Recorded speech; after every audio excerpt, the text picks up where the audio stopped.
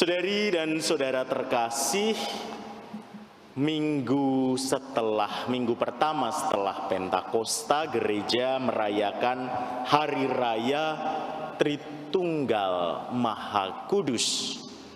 Kita sebagai orang Katolik seringkali sebelum berdoa dan setelah berdoa membuka dan menutupnya dengan tanda salib dalam nama Bapa dan Putra dan Roh Kudus.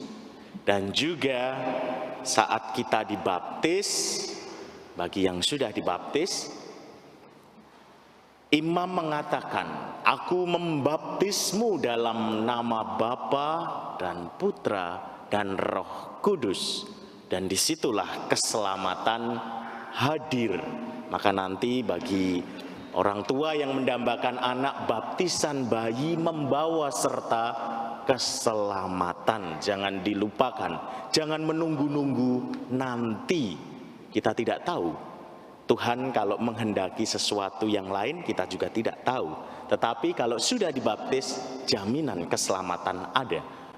Namun seringkali kita sebagai orang Katolik itu ketika ditanya, apa itu Tritunggal Maha Kudus, itu gelagapan. Tidak semua, tetapi banyak yang akan gelagapan ketika ditanya tentang Tritunggal Maha Kudus itu.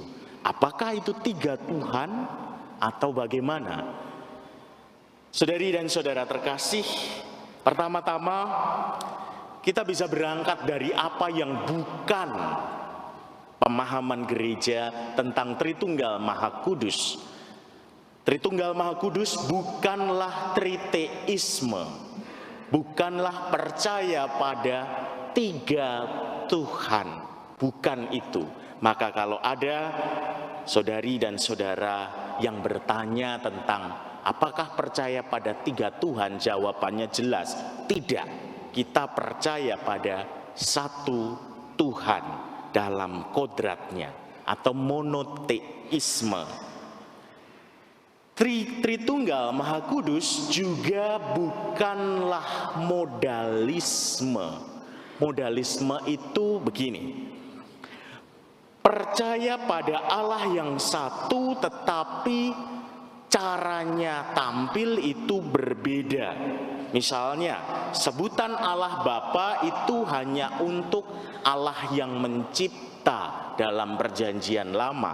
Allah Putra itu Allah yang memelihara atau menebus dalam perjanjian baru. Dan Allah Roh Kudus itu adalah Allah yang menguduskan dalam kisah para rasul.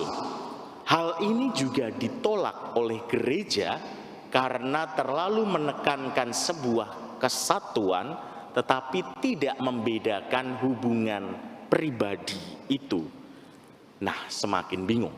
Dalam pemahaman Tritunggal Maha Kudus, ketiga pribadi, saya sebut pribadi, itu berbeda, namun memiliki kodrat yang sama, terutama dalam kesatuan untuk mencipta, memelihara, dan menguduskan. Kita ambil contoh dalam kitab suci, dalam kisah penciptaan, terutama dalam Kejadian, kitab Kejadian, nanti bisa dicek. Dalam kitab Kejadian, Allah menciptakan itu dengan mengucapkan sabdanya. Allah sabda, dan Dia memberikan nafas kehidupan bagi ciptaan dengan rohnya. Dan sebelum menciptakan manusia, Allah mengatakan, marilah kita menciptakan makhluk yang sepadan. Di situ terlihat ada Allah, sabda, dan roh.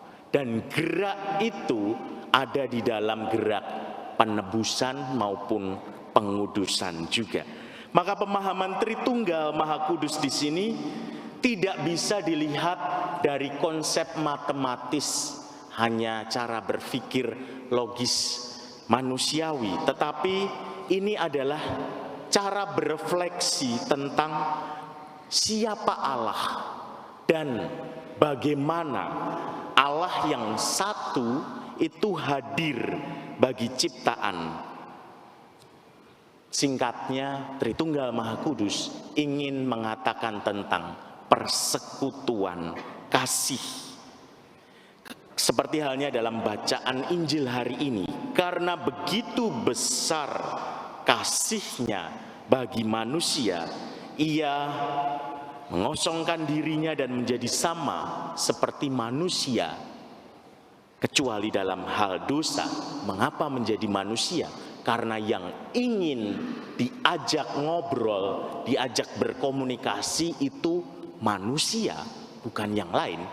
Maka dia menjadi manusia supaya menunjukkan contoh yang konkret dan jalan yang benar. Dan ia mengutus Roh Kudus untuk menuntun jalan manusia pada apa yang telah disabdakannya. Kisah penciptaan tadi juga mengatakan hal itu. Dengan sabdanya mencipta, dengan rohnya memberi kehidupan. Seperti dalam bacaan kisah-kisah penciptaan. Dalam rumusan yang agak sulit, Tritunggal ini dirumuskan dengan satu kodrat 3 pribadi. Nah, ini yang agak sulit karena ini pemahaman Yunani. Dalam konsep Yunani, kodrat ingin menjawab pertanyaan what is, tentang apanya. Sedangkan pribadi itu tentang who is, tentang siapanya atau apa yang nampak. Analogi sederhananya, tapi ini tidak menjelaskan Tritunggal. Analogi sederhananya adalah api atau lilin yang memiliki api di atasnya. Ada satu kodrat keapian api. Kita bisa melihat, oh itu api. Bisa melihat, bisa merasakannya. Tetapi dalam satu kodrat api itu ada nyalanya, ada cahayanya, ada juga panasnya. Kita bisa merasakan ketika mendekati, oh panas. Kita bisa melihat dari jauh, oh ada cahayanya. Kita bisa merasakan, oh ada terangnya ketika cahaya itu bersinar. Kita bisa membedakannya, tetapi itu masih dalam satu kodrat yang sama.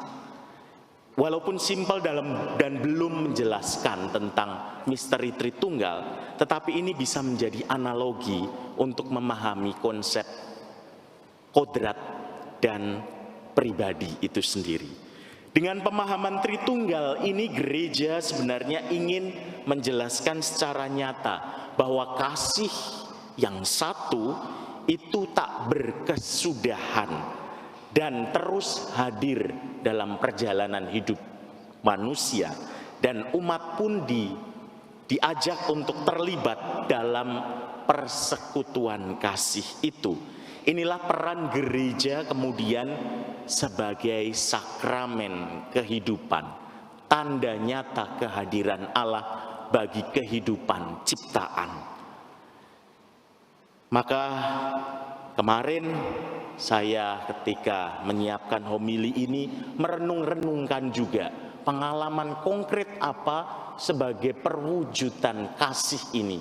Saya berangkat dari pengalaman yang dilakukan oleh umat sendiri, inisiatif yang muncul terutama dalam kerjasama tim SKK dengan OMK, tim kesehatan dan beberapa pihak-pihak lain, di mana mengajak para lansia untuk jalan sehat dalam judul Amazing Golden Memories. Saya kira bukan hanya jalan sehatnya, tetapi bahwa di situ ada kebersamaan yang ingin ditunjukkan. Dan kebetulan saya juga ikut berjalan, maka saya bisa merasakan bagaimana di antara para senior ini saling bercakap-cakap, ada kerinduan berkumpul, dan di situ terbangunlah sebuah kebahagiaan ditambah kehadiran OMK dan beberapa pihak lain yang juga menyemarakkan. Maka ketika saya tanya kepada beberapa senior ini, apakah lelah? Ya Romo, lelah tapi bahagia. Itulah yang disebut persekutuan kasih. Kelelahan pasti ada, tapi kebahagiaan selalu muncul. Dan tidak berhenti di situ, mereka masih ada pemeriksaan kesehatan yang dibutuhkan.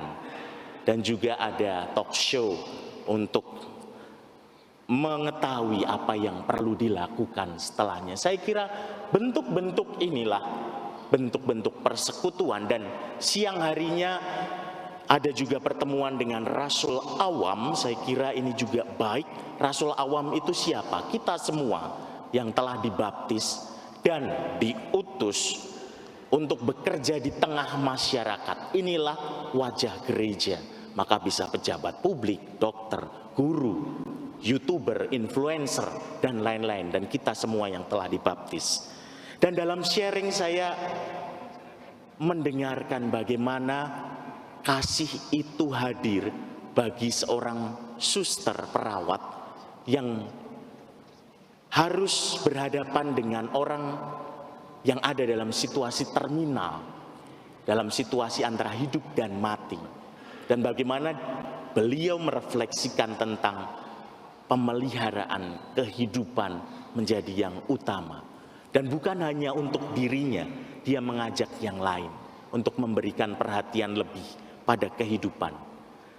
Saudari dan saudara terkasih, masih banyak cerita, tetapi saya hanya ingin menunjukkan pemahaman Tritunggal itu adalah tentang kasih Allah sendiri yang selalu hadir dan mengundang gereja untuk menjadi sakramen kehidupan.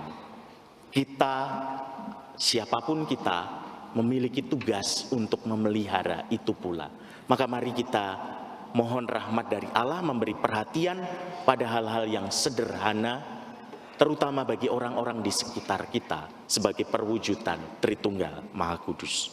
Kemuliaan kepada Bapa dan Putra dan Roh Kudus. Seperti pada permulaan, sekarang, selalu, dan sepanjang segala abad.